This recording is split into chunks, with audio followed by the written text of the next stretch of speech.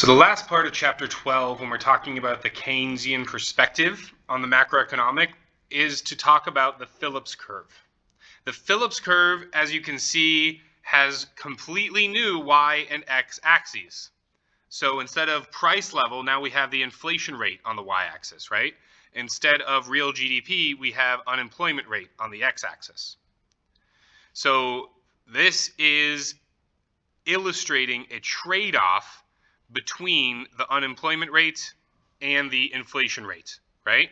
So if the unemployment rate is high at 7%, that means that my inflation rate must be low at 2%. If my unemployment rate is low at 4%, that means that my inflation rate must be high at 5%.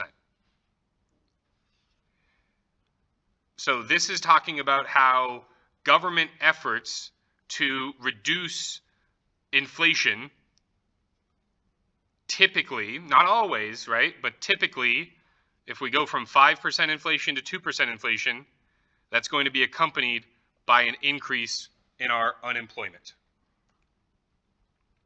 So there's a negative relationship between unemployment and inflation.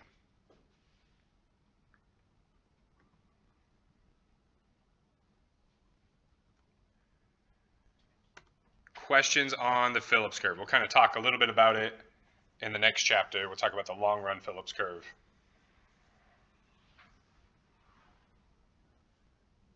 So it's pretty straightforward, and it's looking at actual data over time, right? So this is looking at what's the inflation rate for, 2002, and then what's the inflation rate for, something like 2004, right?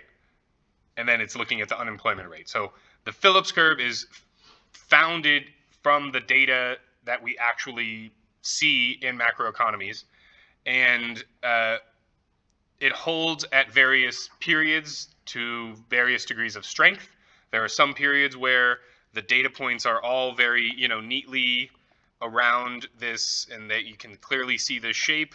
There's other times where the data points are kind of all around, and you don't get as clear of a negative situation, right? So the book talks about, periods where the Phillips curve was strong and periods where the Phillips curve broke down, right? And what that means is just periods where we didn't see as strong of a relationship between unemployment rate and inflation.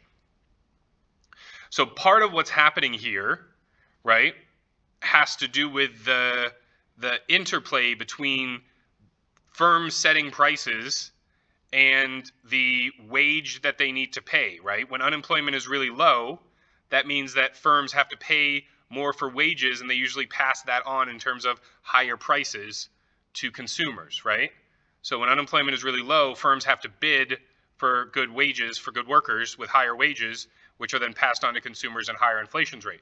When the unemployment rate is high, well, firms don't have to give as much pay raises, right? They can just kind of, people are just lucky to have a job, and they don't need to, bid and kind of vie for employees. There are a bunch of employees that are knocking down their door trying to work there, right? So if you have an employee that's trying to,